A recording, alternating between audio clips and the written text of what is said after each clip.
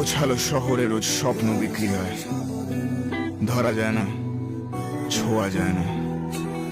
আসলে স্বপ্নগুলো শুধু দেখাই যায়, সহজে পূরণ করা যায় না।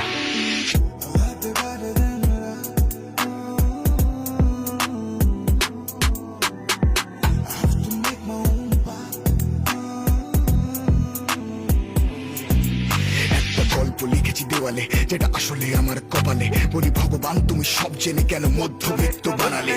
স্বপ্ন দেখার অধিকারটাও কবেই হারিয়ে ফেলেছি আমি, বাস্তবতার কাছে হেরে গিয়ে তিলে তিলে রোজ মরেছি।